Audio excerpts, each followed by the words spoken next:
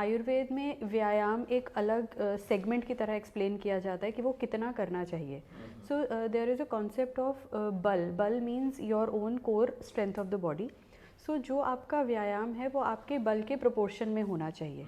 सो जितना आपका बल अलाउ करता है आपको उतना ही एक्सरसाइज करना चाहिए. एंड जब हम एक्सरसाइज स्टार्ट करते हैं तो जितना हमारा टोटल बल है उसके आधे लेवल तक एक्सरसाइज करना चाहिए. यानी कि जैसे ही आपको स्वेटिंग शुरू हो जाए वहाँ पर आपको अपनी एक्सरसाइज रोक देनी चाहिए और बॉडी को रेस्टिंग फेज़ में लाना चाहिए.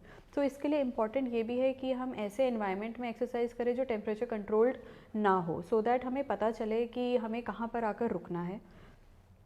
देन ये भी देखा जाता है आजकल कि लोग डिफरेंट फॉर्म्स ऑफ एक्सरसाइजेस को बिना सोचे समझे, बिना उसके साइंटिफिक इवैल्यूएशन पे जाए, उन सबको कंबाइन करके क्लब करके करते हैं. मतलब वो रनिंग भी सेम टाइम पे कर रहे हैं, कार्डियो भी कर रहे हैं, वेट लिफ्टिंग भी कर रहे हैं.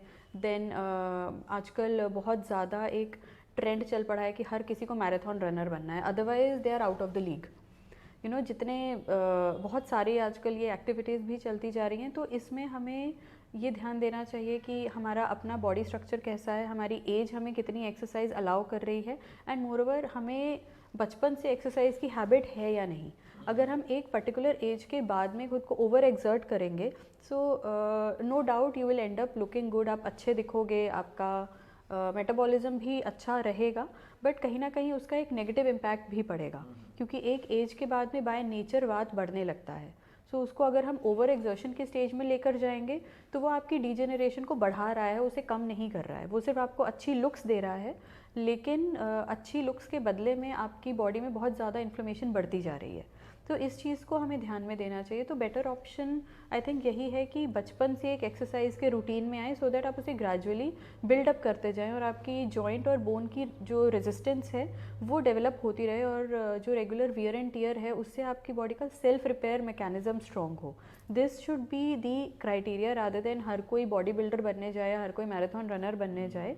उससे बेटर ये है कि हमें अपनी बॉडी की रेजिस्टेंस बहुत अच्छी डेवलप करनी चाहिए, सो दैट लॉन्ग टर्म तक आपकी बॉडी 70-80 की एज में भी आपको डिजेनरेटिव फ्रैक्चर्स ना हो, और अगर हों भी तो आपकी बॉडी का रिपेयर बहुत अच्छे से हो जाए. आयुर्वेद के कॉन्सेप्ट के हिसाब से उससे न्यूरोलॉजिकल डिजीज़ेस और न्यूरो डिजेनरेशन भी बहुत जल्दी होने लगता है. सो इसीलिए शायद कहीं ना कहीं हम ये भी देख रहे हैं कि जो डिमेंशिया है, अल्जाइमर्स है, इवन पार्किंसनिज्म जैसे डिजीज़ेस जो पहले सिर्फ एक पर्टिकुलर एज ब्रैकेट में मिलते थे, अभी वो हमें अर्ली एज में भी मिलने लग गए हैं. एंड देन बच्चों में जो ऑटिज़म सडनली बढ़ता जा रहा है, और ऑटिज़म पहले हमें एक बहुत अर्ली एज में आइडेंटिफाई हो जाता था, लेकिन अब वो डिलेड ऑटिज़म की फॉर्म में भी मिलने लगा है कि टीनेज क्रॉस करने के बाद हमें पता चलता है कि this person has been autistic. तो वो कहीं ना कहीं ये भी एक बहुत बड़ा रीज़न रहा है कि हम अपनी बॉडी को ओवर एक्सर्शन में ले जाते हैं, जिसकी वजह से रेस्पिरेटरी डिजीज़ेस भी बढ़ने लग गए हैं. बिकॉज ये जो एक्सरसाइज है, जब भी हम ओवर एक्सर्शन में जाते हैं वो हमें बिल्कुल एम्प्टी स्टमक के में नहीं करना चाहिए, जिससे हमारा जो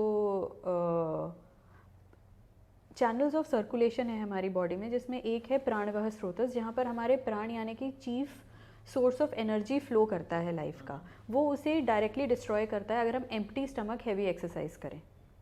सो ये छोटे छोटे कॉन्सेप्ट्स हैं जो हमें ध्यान में रखना चाहिए. जैसे अगर हम इंडियन कल्चरल प्रैक्टिसेस की बात करें, सो खाली पेट कुछ भी करने के लिए कभी भी encourage नहीं किया जाता था. So that is very important. और अगर हम बिना सोचे समझे एक्सरसाइज कर रहे हैं तो सिर्फ हमारे जॉइंट्स ही नहीं, हमारे पूरा न्यूरल सिस्टम भी ख़राब हो रहा है.